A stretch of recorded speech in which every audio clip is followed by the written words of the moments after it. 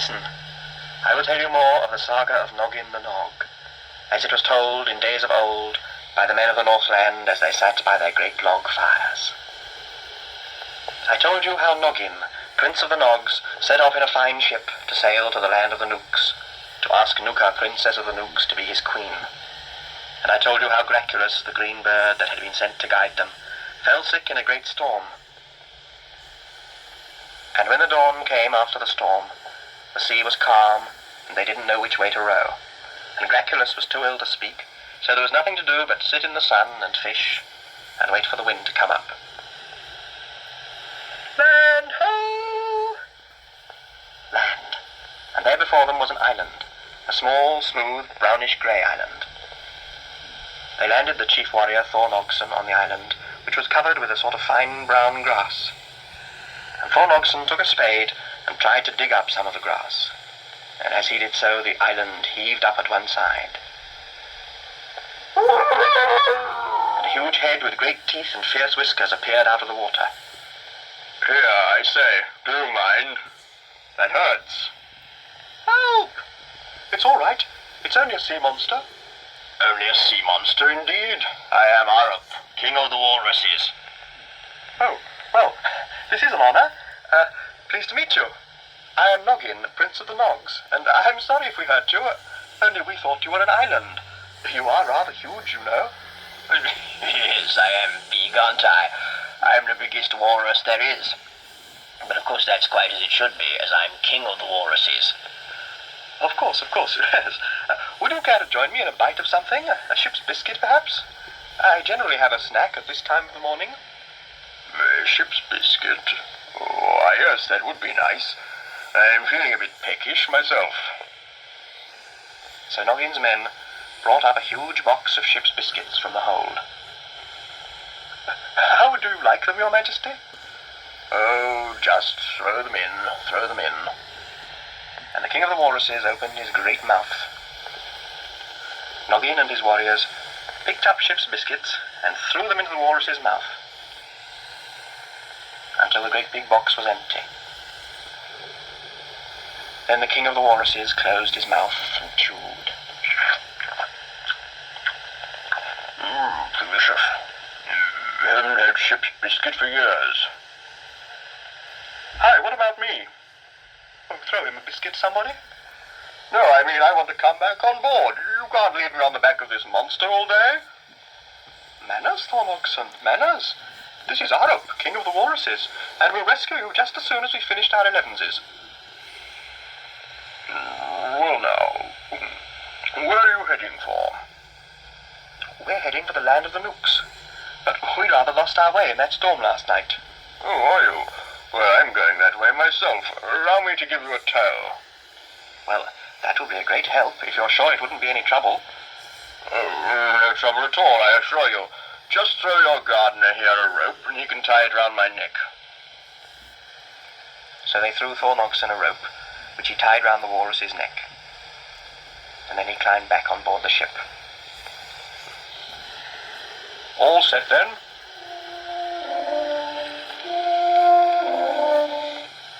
And the walrus swam off through the calm water, pulling the ship behind him. Swiftly he swam away from the sun, and the ship cut the water as it did on the first day when the east wind took them.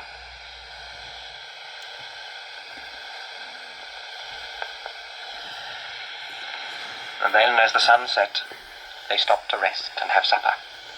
The king of the walruses ate another box of ship's biscuits, and for the first time Graculus sat up in bed and took nourishment. Just a little sardine, if you don't mind. Ooh, I do feel funny. All that night, in the wake of the great walrus, they sped on through the dark sea. And as the dawn came, they saw icebergs all around them, and a fresh wind was blowing from the east. Well, I'll be off now. I'm heading south from here, but there's plenty of wind. Just keep the midday sun behind you and mind out of the way of the icebergs. Good luck.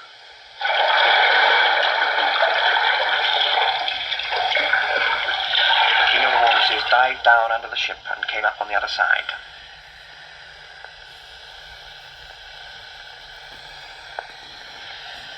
he swam away into the distance. Goodbye, Walrus. Thank you. You know, Noggin, it's really just as well he went when he did. We're right out of ship's biscuits, and goodness knows what he'd have eaten next. Graculus was feeling a bit better. The day was fine, the wind was good,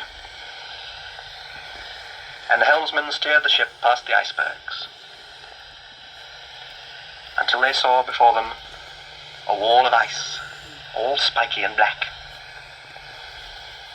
Oh, I don't like the look of that at all. And Noggin went below and carried Graculus up from his bed onto the deck. Look, Graculus, what do you make of that? The black ice at the edge of the world. You had been quick. Well, now I must guide you from here, for the way is dangerous. Graculus stood on the prow of the ship, wearing a warm woolly scarf, and he guided the helmsman past the whirlpools where the sea spills out over the edge of the world, past the rocks of black ice where the sea foams and crashes, and all the while the wind howled in the rigging. The snow and the sleet blew past them in clouds, and Graculus stood on the prow of the ship and called out the bearings. Just a little more to the right, would you? Thank you. All that night Graculus stood there in the cold and snow, and the mariners took turns to climb up on the prow of the ship and give him mugs of hot cocoa and slices of hot buttered toast.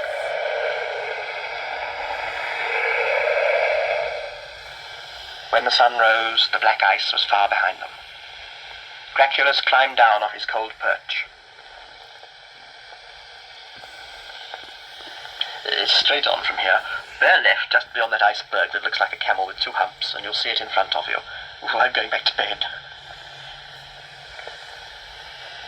They sailed on, past the big iceberg that looked like a camel with two humps. And there before them they saw a flat land, with mountains behind.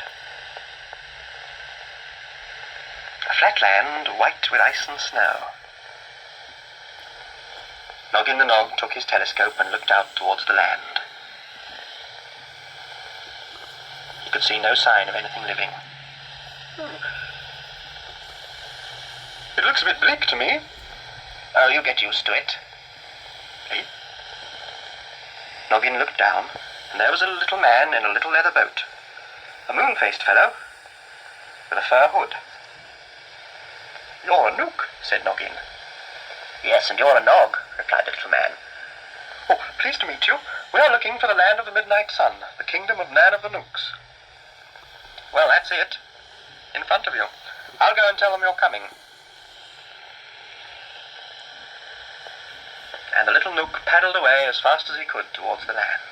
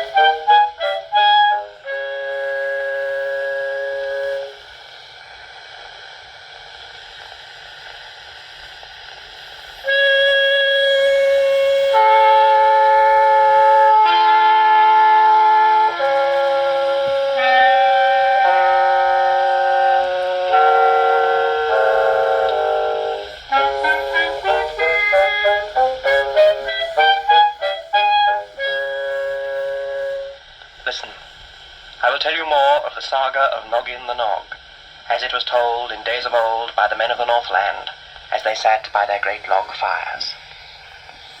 I told you how Noggin, Prince of the Nogs, set off in a fine ship to sail to the land of the Nooks, to ask Nuka, Princess of the Nooks, to be his queen. And I told you how, after storms and calms, the help of Arup, King of the Walruses, they came past the whirlpools and the black ice at the edge of the world, to see before them a land of ice and snow. And Noggin, leaning over the side of the ship, saw in the water a little moon-faced man in a canvas canoe. You're a Nook, and you're a Nog. Pleased to meet you. We're looking for the land of the Midnight Sun, the kingdom of Nan of the Nooks. Well, that's it, in front of you. I'll go and tell them you're coming. And the little Nook paddled away as fast as he could.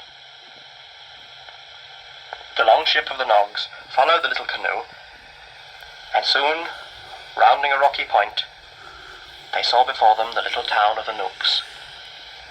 Noggin looked at it astonished, because all the houses were round. Little round houses, middling round houses, and huge round houses, and they were all made of blocks of ice. As they drew closer to the shore, they saw the Nooks waiting for them. A little man on a throne, surrounded by more little men in fur hoods, jumping about with excitement. Greetings, Noggin the Nog. Do you come in peace? Hail, Nan of the Nooks. We come in peace.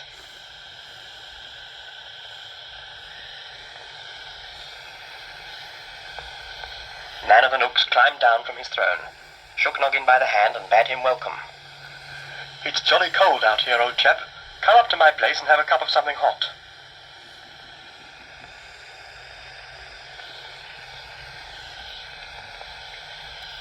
Come on in, Noggin. You'll freeze out there.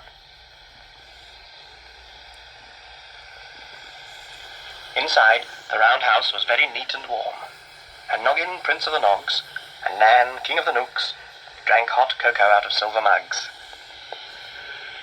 We are simple folk, said Nan. Here there is no wood and very little land where anything grows. There's not much of anything except ice, so we make do with simple things. But tonight, as you're here, we shall have a feast with fireworks. Come, you must meet my daughter.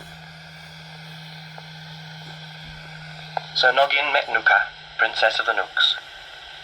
She was more beautiful than he had expected, more beautiful than the carving on the knife, and he fell in love with her all over again. Nan of the Nooks, said Noggin, I have come far, through hail and wind, through snowstorm and sea mist, past the black ice at the edge of the world, to ask your daughter to marry me. But now I'm here, I feel a bit shy. Would you mind asking her for me? Nuka, Noggin has asked for your hand in marriage. Would you like to marry him and be Queen of the Nogs? Yes, Father, I would. So Noggin and Nuka were married, and there was great feasting and merriment. And as the fireworks were set off, the Nogs and the Nooks sang their drinking songs.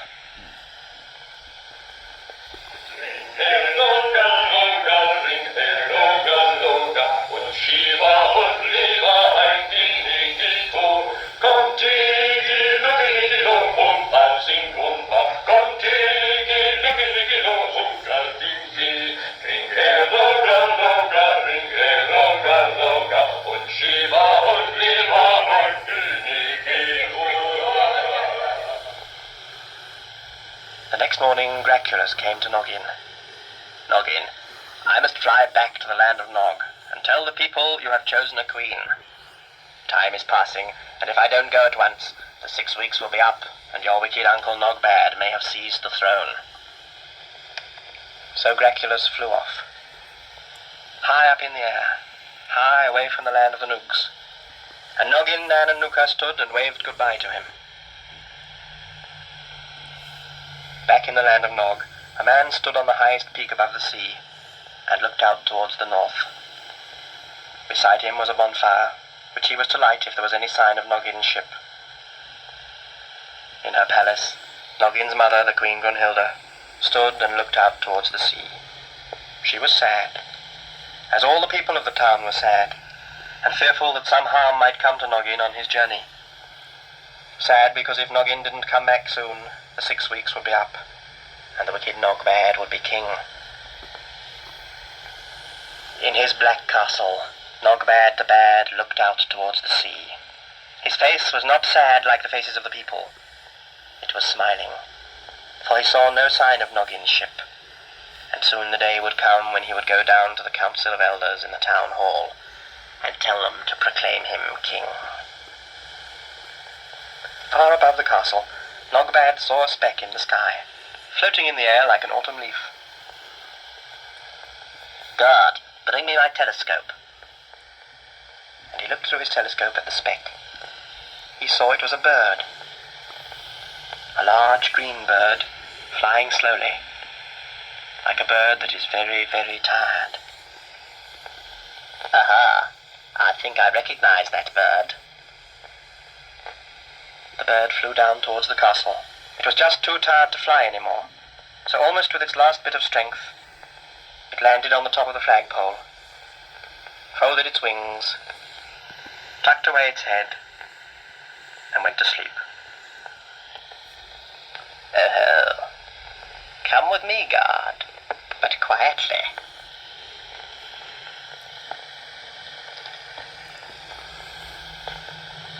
I think I would like a few words with that bird.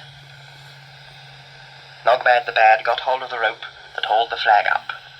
Guard, he said, lower the flag.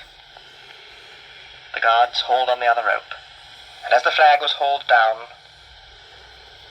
slowly, Nogbad the Bad was hauled up. Graculus, for he was the bird, slept. He was too tired to keep his eyes open. A little rest, he had thought, and then the short fly down to the town in the valley. Slowly, inch by inch, up came Nogbad. Graculus beat with his wings, but Nogbad had him firmly in his grasp. Lower away. And with Graculus flapping wildly, down they came. Now, my feathered friend, what's news from the land of the Nooks? Is Prince Noggin dead? Quack! Said Graculus. Oh, so you can't speak, eh? Guard, take it and put it in the dungeon. Down in the dungeon, Graculus sat on a wooden bench. He looked out between the iron bars of the window, and he wept.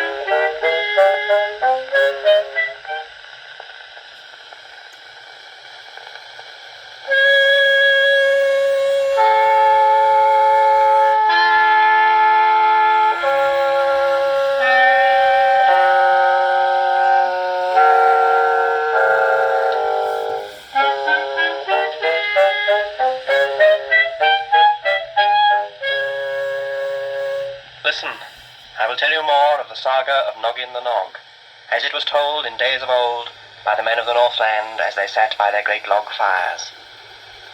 I told you how Noggin, Prince of the Nogs, sailed to the land of the midnight sun and married Nuka, Princess of the Nooks, and how, after the feasting, Graculus, the green bird who had been their messenger, flew away to the land of Nog to tell Prince Noggin's mother, Queen Grunhilda, that Noggin was safe, and he had chosen a queen and was on his way home. And I told you how, on the way, Graculus stopped to rest on a flagpole on the castle of Nogbad the Bad. And Nogbad seized Graculus and had him thrown into a dungeon.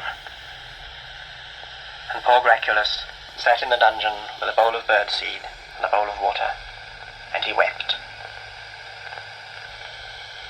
The days passed, and one day the door of the dungeon was opened, and there stood Nogbad the Bad, in purple robes, carrying a golden crown. Look at me, little bird. It is 6 weeks today since Noggin went away, and he has not married. So, as it is the custom, the crown goes to the next of kin. And that little bird is me. Oh yes, this morning I shall go down to the town, and I stand before the council of elders, and they have to call me king. Watch through the window and you will see me go. Graculus watched through the window of his cell, and saw the procession start out. Nogbad in a golden carriage with his guards around him. A robin came and perched on the windowsill. "Robin," said Graculus, "do you want Nogbad to be king of the Nogs?" The robin shook his head. "Well, now listen. Take this green feather to the Queen Brunhilda. Give it into her hand, and try and make her understand that I am here." Down in the town, Nogbad drove in his carriage, through the crowds of silent people.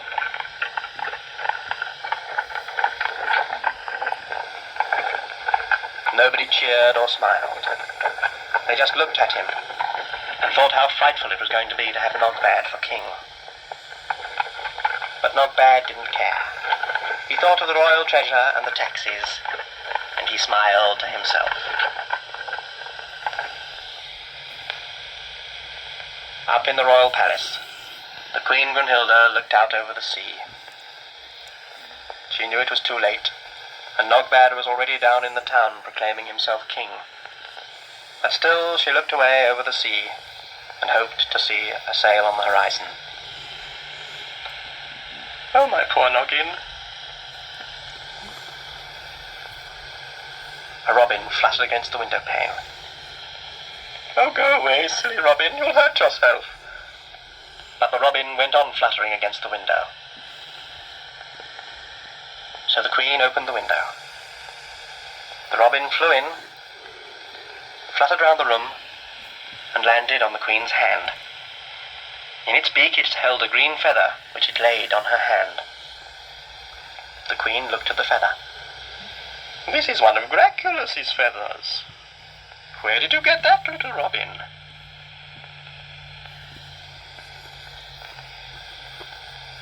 "From the castle of Nogbad."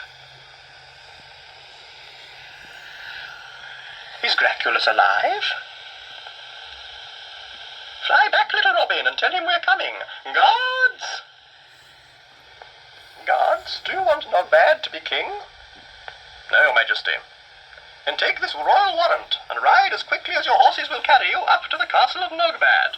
For the bird Graculus is imprisoned there, and you must bring him to me.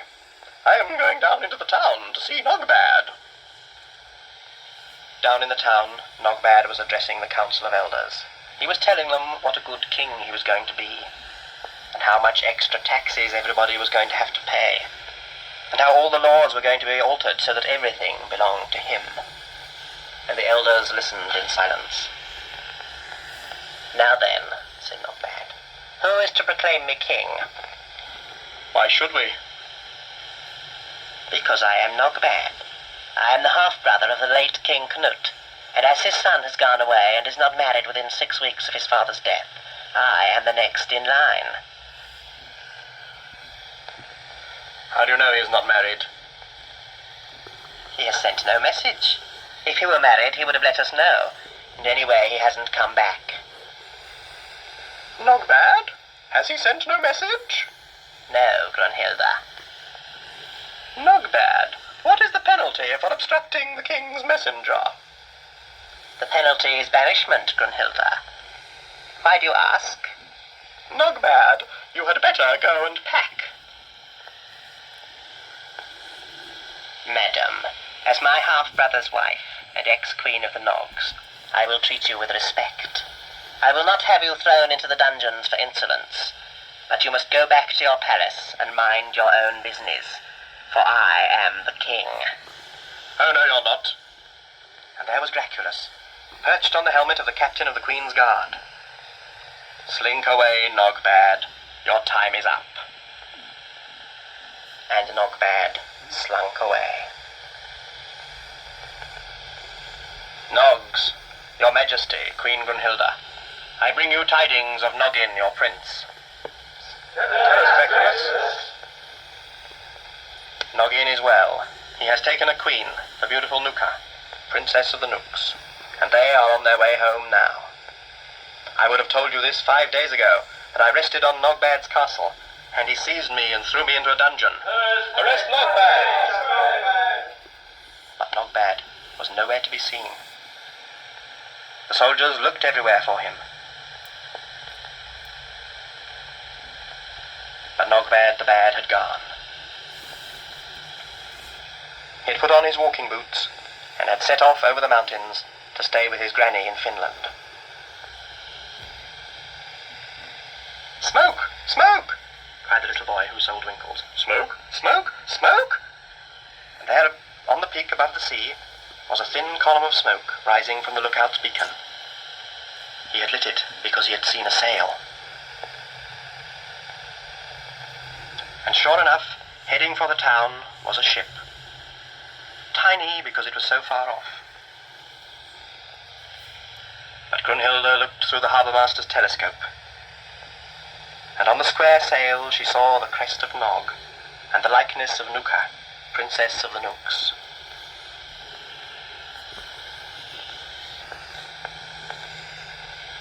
Soon the ship sailed up the fjord into the harbour.